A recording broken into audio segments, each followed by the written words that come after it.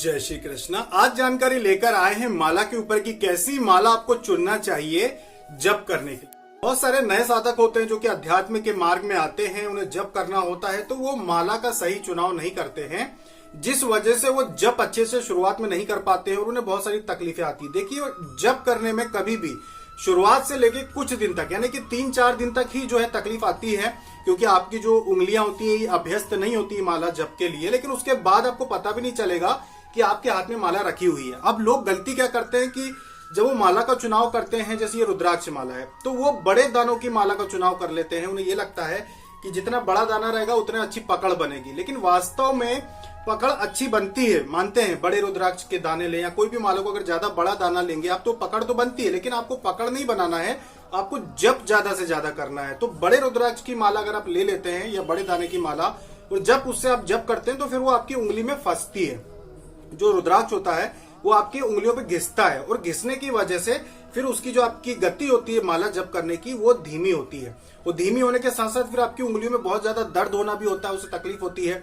और ये चीज हमेशा रहेगी क्योंकि दाना आपका वो रुद्राक्ष का बड़ा ही रहेगा, तो हमेशा आपकी जो गति रहेगी वो कम ही रहेगी। इस बात का ध्यान रखना कि जिस गति से आप मंत्र जप करते हैं, चाहे आप बोल के करें चाहे आप अंदर मन ही मन में बोल के करें, लेकिन जिस गति से आप जप करते हैं उसी गति से आपकी माला का जप भी चलते रहना चाहिए। ऐसा ना हो कि आप माला की गति के अनुसार रुक रुक के जप करें, क्योंकि आपकी माला रुक रही है या फंस रही है दाना। इसलिए दाना ऐसा लेना चाहिए, इस आकार का लेना चाहिए कि आपकी माला जो है आपको उसका बिल्कुल भी आपकी उंगलियों में दाना फंसे ना, घिसे ना। जैसे कि ये रुद्राक्षी माला हमने ली है हाथ में, तो हमारे हाथ के हिसाब से हमने हमारी उंगलियों के हिसाब से ये इसका जो आकार है बिल्कुल सही है।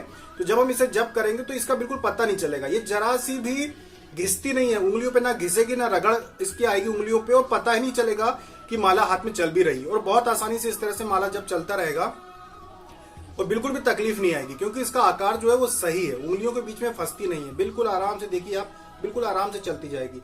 और जैसे जैसे मन में जब चलता जाएगा वैसे वैसे इसकी जो गति है वो भी हम बढ़ा सकते हैं, कोई भी तकलीफ नहीं आएगी।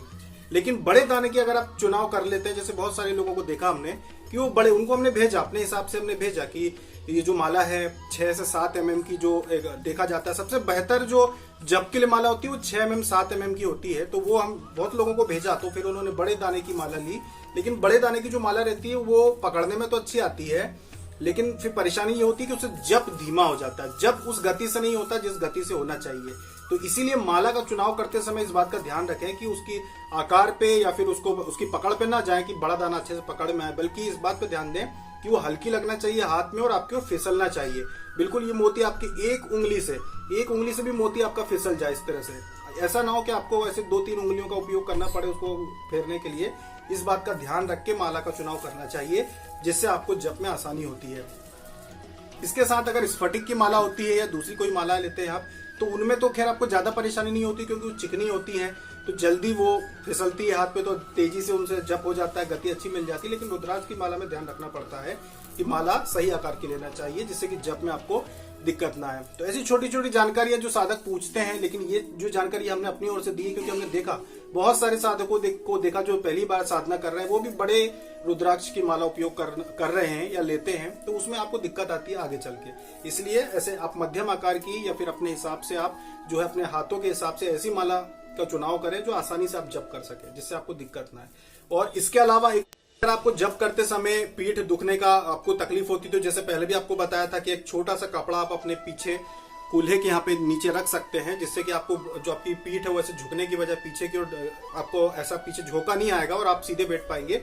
बस पीछे की ओर नीचे आपको थोड़ा सा सपोर्ट चाहिए होता है, या तो छोटा सा एक अपने लिए एक अलग से तकिया रख लें, नरम से तकिया बनवा के रख लें अलग से, जिसको आप पीछे नीचे अगर लगा लेंगे आप, तो आपको बहुत ही अच्छा, जैसे ऐसा ऊंचा होकर अगर पीछे रखेंगे तो बहुत ही अच्छा आपको सहारा मिल जाएगा। फिर आप बिना दीवार के से टिकने की आवश्यकता नहीं पड़ेगी, पीछे कुछ भी सहारा रखने की आवश्यकता नहीं पड़ेगी। रख भी सकते हैं सहारा, उसमें कोई दिक्कत नहीं है। अगर आप जैसे अपने कपड़े पहने हैं तो आप टिक सकते हैं पीछे, लेकिन अच्छा है कि आप तकिया लगा लें, या फिर अगर आप पीछे दीवार है आपके या फिर आपको बैठने में तकलीफ है तो भी आप पीछे तकिया लगा लें, जिससे कि आप जो है ऐसे पीछे की ओर झुक के ना बैठे बल्कि इसे सीधा बैठे। इस बात का ध्यान रखना। साथ में जो नए साधक हैं उनको बता दें कि अगर आप जप कर रहे हैं और आप लंबे जप करने के लिए बैठे हैं, जैसे कि आप 51 माला करें या 101 माला करें, तो बहुत सारे साधक जो है वो धूप जला के बैठ जाते हैं या फिर अगरबत्ती जला के बैठ जाते हैं, इससे एक बात ध्यान रखना कि आपको दिक्कत होगी, सांस की दिक्कत होगी लगातार जब धुआं आपके अंदर जाएगा, क्योंकि जब आप जप करने बैठते हैं तो आपका ध्यान लगना शुरू हो जाता है, आपके आज्ञा चक्र जो है वहां पर आपका ध्यान जाना शुरू हो जाता है, आपका ध्यान लगना शुरू हो जाता है, आप सुन्न होना शुरू हो जाते हैं, आपकी जो सांस की गति होती है वो धीमी होती जाती है।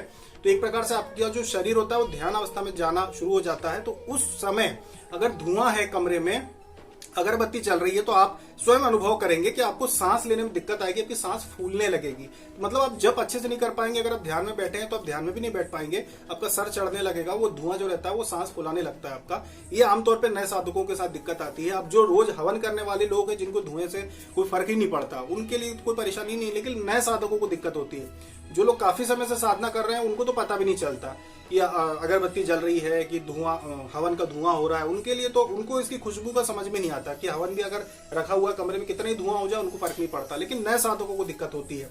तो जप करने, जो नए साधक है वो जप करने के लिए इन नियमों को देखें, इन चीजों को समझें, तो आपको दिक्कत नहीं आएगी, परेशानी नहीं आएगी, और जो नए साधक है वो आसानी से जप कर सकेंगे। तो ये थी जानकारी माला के आकार के लिए और नए साधकों की जप के लिए। अभी तक के लिए इतना ही। जय श्री कृष्ण।